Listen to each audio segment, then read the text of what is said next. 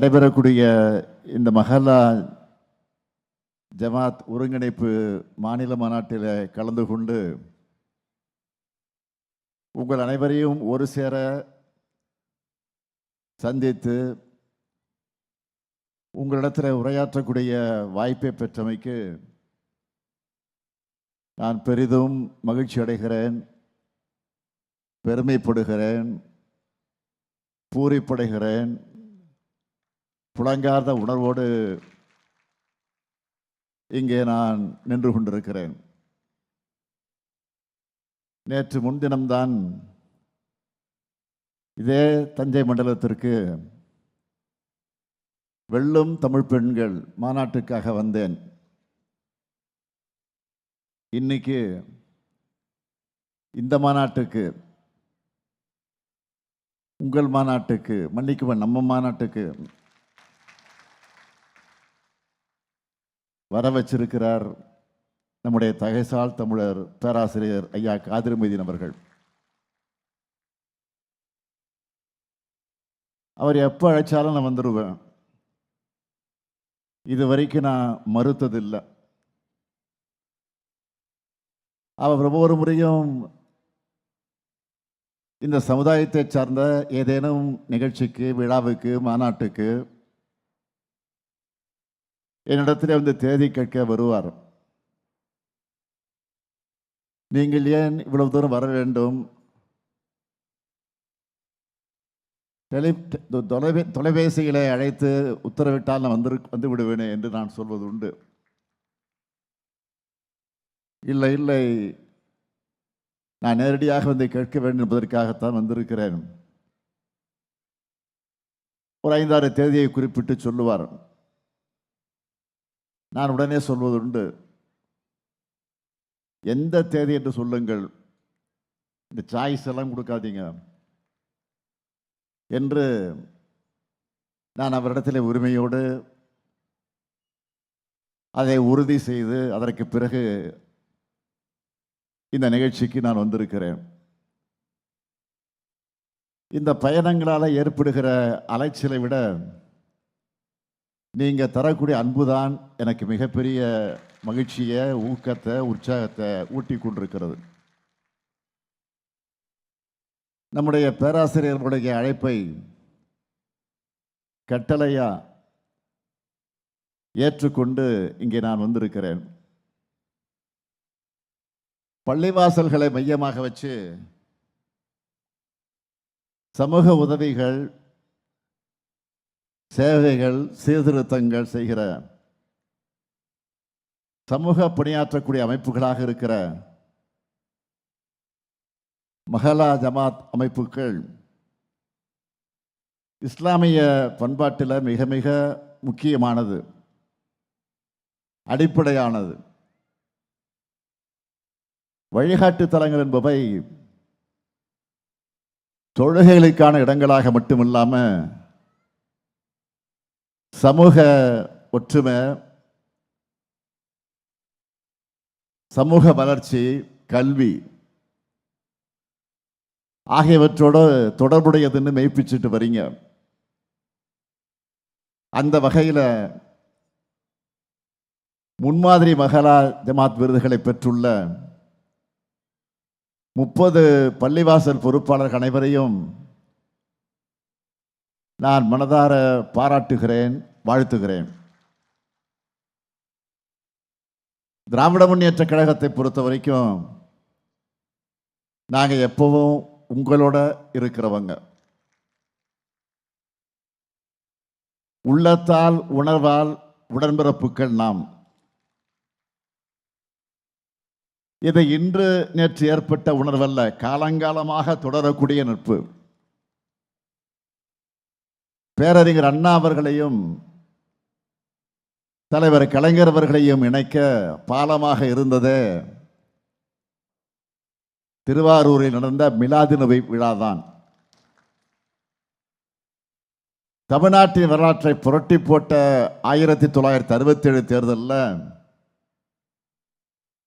பேரறிஞர் அண்ணாவுக்கு தோள் கொடுத்து நின்றவர்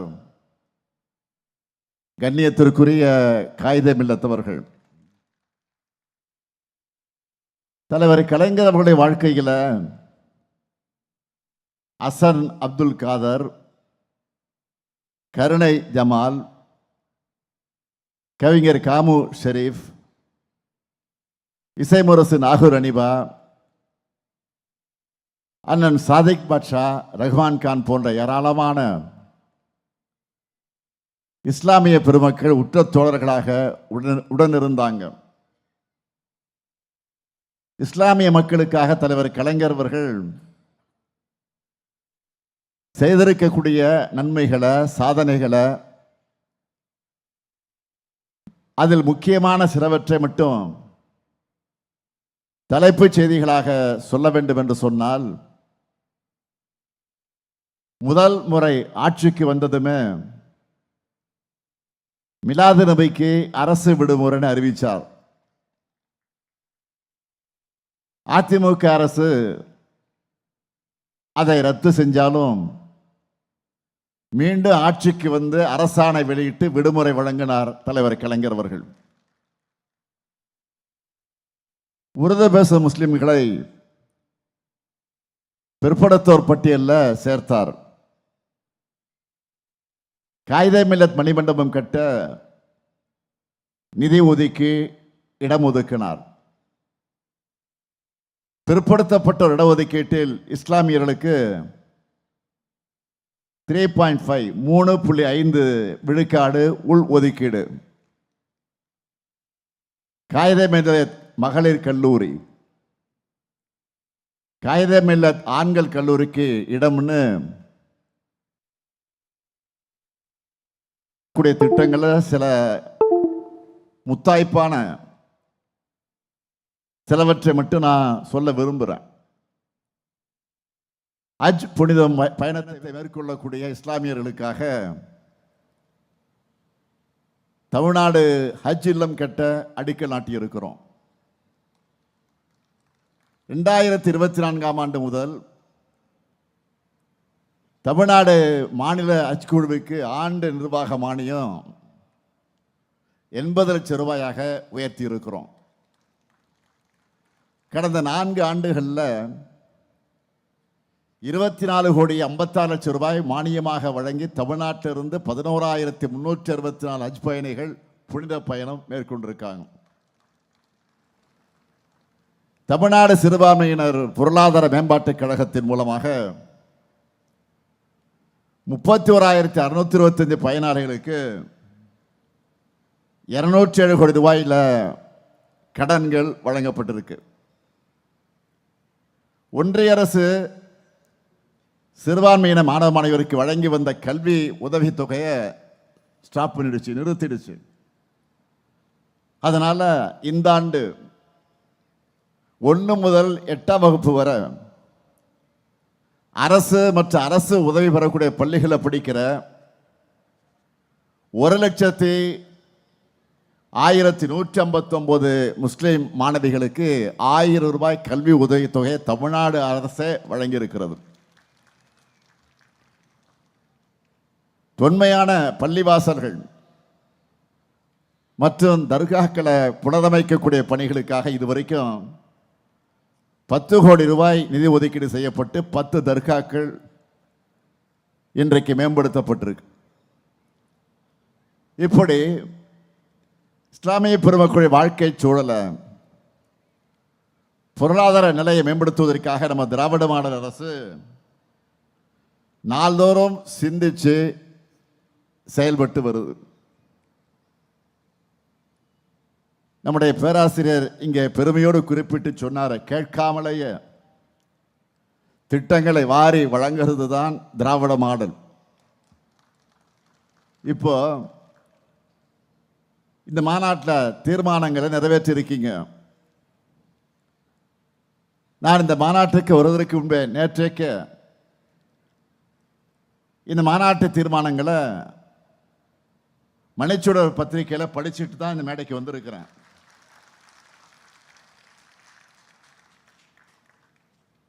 முதலமைச்சர் வர முடிஞ்ச வரைக்கும் எல்லா கோரிக்கையிலும் வச்சிடணும். அன்பின் மிகுதியால் அதிகமான கோரிக்கைகளை வச்சிருக்கீங்க. நீங்க கோரிக்கை வச்சா உங்க நம்பிக்கையை நிறைவேற்ற வேண்டியது என்னுடைய பொறுப்பு. இவ்வளவு தூரம் உங்களுக்காக வந்துட்டு அறிவிப்புகளை வழங்காம நான் போக முடியுமா?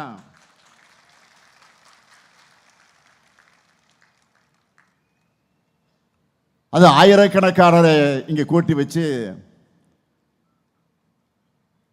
இந்த கோரிக்கைகளை எடுத்து வைக்கிற நேரத்தில் நானும் இந்த மாநாட்டில் 5 முக்கிய அறிவிப்புகளை உங்களுக்காக, உங்களின் ஒருவனாக வெளியிட விரும்புகிறேன்.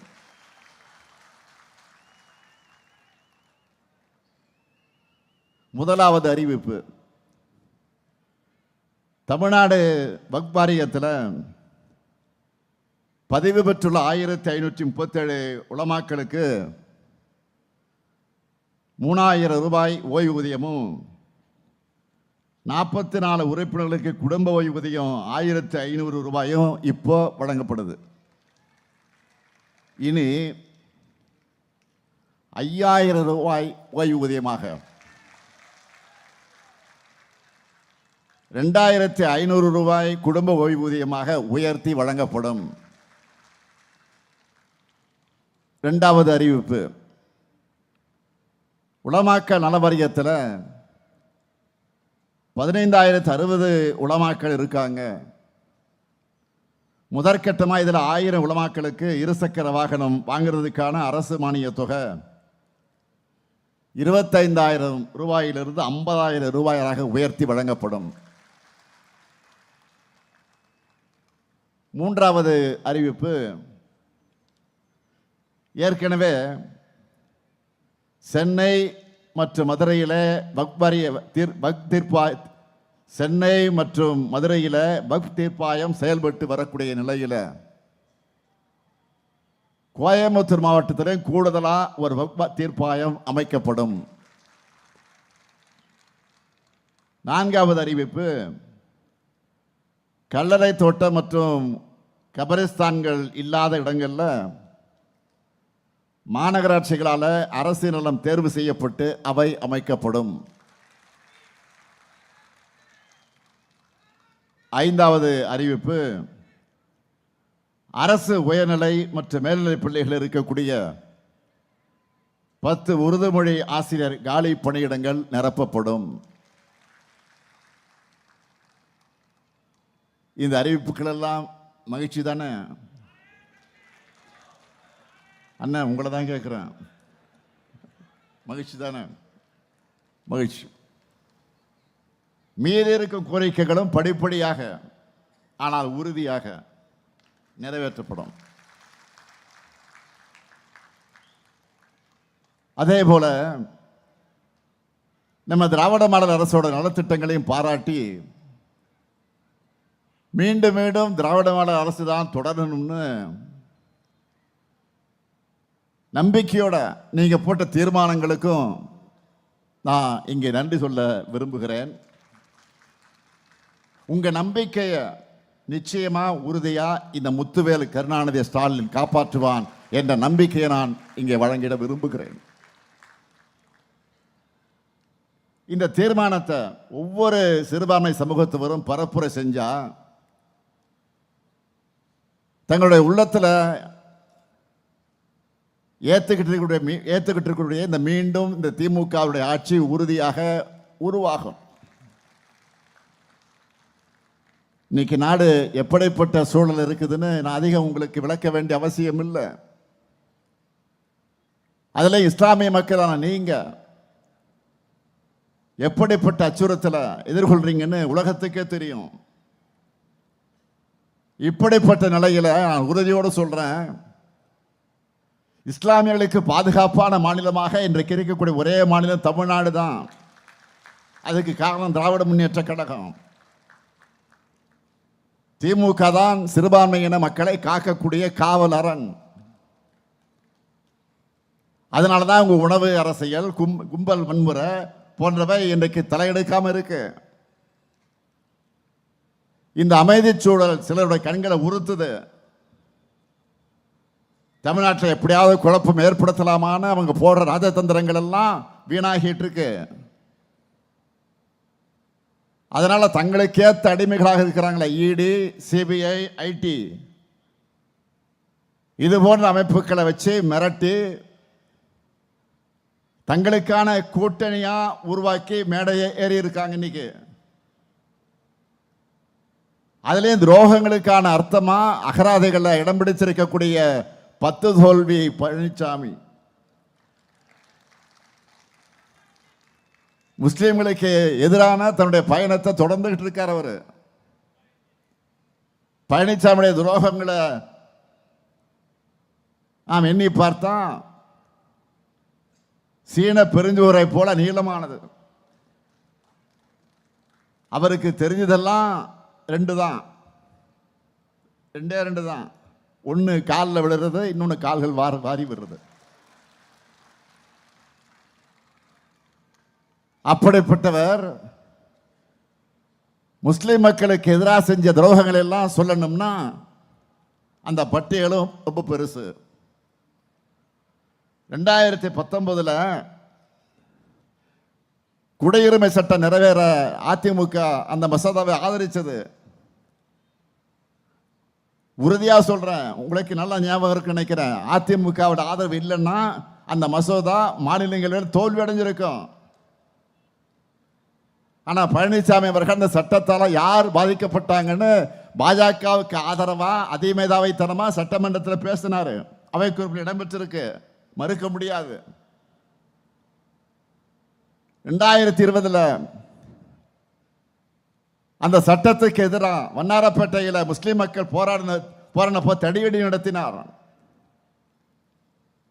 இப்படிப்பட்ட சூழ்நிலையில் திராவிட முன்னேற்ற கழகம் தான் குடியுரிமை திருத்த சட்டத்துக்கு எதிராக கையெழுத்து இயக்கத்தை நடத்தணும். உச்ச நீதிமன்றத்தில் வழக்கு தொடர்ந்தோம். இன்னும் சொல்லணும்னா அப்ப எதிர்கட்சியாக இருந்த நாங்க அந்த சட்டத்துக்கு எதிராக சட்டமன்றத்தில் தீர்மானம் நிறைவேற்ற வேண்டும் என்று வாதிட்டோம், போராடணும். ஆனா பழனிசாமி தலைமையில் இருந்த அதிமுக அரசு தீர்மானம் நிறைவேற்ற மறுத்தாங்க. ஆனா 2021 நாம் ஆட்சிக்கு வந்த உடனே, நான் பொறுப்பேற்ற உடனே குடியுரிமை சட்டத்துக்கு எதிராக தீர்மானத்தை நிறைவேற்றணும். அப்ப கூட அதிமுக அந்த தீர்மானத்தை ஆதரிக்கல. பாஜகவுக்கு பயந்து தங்களுக்கு நேரம் ஒதுக்கலன்னு ஒரு பொய்யை சொல்லி வெளிநடப்பு செஞ்சாங்க. ஒன்றிய அரசு இந்த சிஏஏ சட்டத்தை அமல்படுத்த அறிவிப்பை வெளியிட்டப்போ இந்திய அரசமைப்பு சட்டத்துக்கு எதிரான இந்த சட்டம் தமிழ்நாட்டில் நடைமுறைப்படுத்தப்படாதுன்னு துணிச்சலா அறிவிச்சவன் தான் இதோ இங்க உங்க முன்னால பேசிட்டு இருக்கான இந்த முத்துவேல் கருணாநிதி ஸ்டாலின் தான். சிஏ சட்டம் மட்டுமா, முத்தாலாக் தடை சட்டத்தையும் அதிலையும் இரட்டை வேடம் போட்டது அதிமுக. அடுத்து சட்ட திருத்தம், திமுக உள்ளிட்ட எதிர்கட்சிகள் நாடாளுமன்றத்திலையும் நீதிமன்றத்திலையும் கடுமையாக போராடணும். பிரதமருக்கு நான் கடிதம் எழுதினேன், தமிழ்நாடு சட்டமன்றத்தில் தீர்மானம் நிறைவேற்றணும். ஆனா அதிமுகவோட லட்சணம் என்ன தெரியுமா? எங்கே மக்கள் முன்னாடி அம்பலப்பட்டு விடுமோ என்ற அச்சத்தில் அந்த தீர்மானத்தை ஆதரிச்சாலும் தங்களுடைய டெல்லி எஜமானர்கள் கோபிச்சுப்பாங்களேன்னு நாம கொடுத்த கருப்பு பேஜை கூட போட்டுக்காம ஓடி ஒளிஞ்சாங்க. சட்டமன்றத்தில் இந்த நாடகம்னா, நாடாளுமன்றத்தில் அன்னைக்கு அதிமுக எம்பி தம்பிதுரை அவர்கள் 11 செகண்ட் தான் பேசினார். எண்ணி 11 செகண்ட். அதுலேயும் வக்ஃப் மசோதாவை நிராகரிக்கணும்னு முழுமையா திரும்ப பெறணும் வலியுறுத்தாம பாஜக அரசிட்ட கோரிக்கை வச்சுட்டு இருந்தார். இப்படியெல்லாம் துரோகம் செஞ்சுட்டு ஒரு கூட்டத்தில் பேசும்போது கூட்டணி தர்மத்துக்கு உட்பட்டு தங்களுக்கு கொஞ்சமும் விருப்பமில்லாத சட்டங்களுக்கு ஆதரவு அளிச்சோம்னு பச்சை பொய்யை பேசினார். இப்போ ஒரே மேடையில் இருக்கிற அந்த மக்கள் விரோத கூட்டணியை ஒட்டுமொத்தமாக விரட்டக்கூடிய கடமை நம்ம எல்லாருக்கும் இருக்கு, மறந்துடாதீங்க. அதுக்கான வலிமை மதச்சார்பற்ற முற்போக்கு கூட்டணிக்குத்தான் இருக்கு. இஸ்லாமியர்கள் கிறிஸ்தவர்கள் சிறுபான்மை மக்களுக்கு எதிரான அதிமுகவோட சதி எண்ணத்தை நீங்க உணரணும். இந்த 2026 தேர்தலுக்கெல்லாம் தமிழ்நாட்டோட நலனை காக்கக்கூடிய, தமிழ்நாட்டோட நலனுக்கு எதிரான இருக்கக்கூடிய பிரதமர் மோடிக்கும் நடக்கக்கூடிய தேர்தல் மறந்துடக்கூடாது. நான் அதனால தான் சொன்னேன், இந்த தேர்தல் என்டிஏ வெர்சஸ் தமிழ்நாடு. பாஜகவோட கூட்டணி ஆட்சி அமைஞ்சா, தமிழ்நாட்டில் அமைஞ்சா அது வளர்ச்சி அடைந்த தமிழ்நாட்டை நாசப்படுத்திடும். ஆனால் அதை தடுக்கிற துணிச்சலும் தைரியமும் திமுக கூட்டணிக்குத்தான் இருக்கு. எனவே திராவிட முன்னேற்ற கழகத்துடைய தொண்டர்கள் வீதி வீதியாக வீடு வீடாக பரப்புரையை தொடங்கிட்ட மாதிரி நான் உரிமையோடு உங்களிடத்தை கேட்க வந்திருக்கிறேன். இந்திய யூனியன் முஸ்லீம் லீக் தோழர்களும் உடனடியாக தன்னுடைய பரப்புரையை தொடங்க தயாராகுங்க. இங்கு இருப்போர் இளைஞர்களும் பெண்கள் ஏராளமாக வந்திருக்கிறீங்க. தாய்மார்களை பார்க்கிறேன், கண்கொள்ளா காட்சியாக இருக்கிறது. ஆக இளைஞர்கள், பெண்கள் உள்ளிட்ட அனைவரும் விழிப்புணர்வு ஏற்படுத்தணும். யார் நம்மை காப்பார்கள், யார் நம்மை வளர்ப்பார்கள், யார் நமக்கு உரிமையை பெற்று தருவார்கள் எடுத்து சொல்லணும். நாம ஒற்றுமையா இருந்தா எந்த சூழ்நிலைகளிலும் தமிழ்நாட்டுடைய வளர்ச்சியை சீர்குலைக்க முடியாது. சுயநலத்துக்காக தமிழ்நாட்டோட நலனை அடகு வச்சிருக்கக்கூடிய அடிமைகளுக்கும் அவங்களுக்கு கட்டளையிடுகிற டெல்லி எஜமானர்களுக்கு புரிகிற மாதிரி உரைக்க சொல்வோம், உறுதியோடு சொல்வோம். தன்மானமிக்க தமிழ்நாடு தலைபணியாது, ஒருபோதும் அடிபணியாது. தமிழ்நாடு போராடும், தமிழ்நாடு வெல்லும், வெல்வோம் ஒன்றாக. நன்றி, வணக்கம்.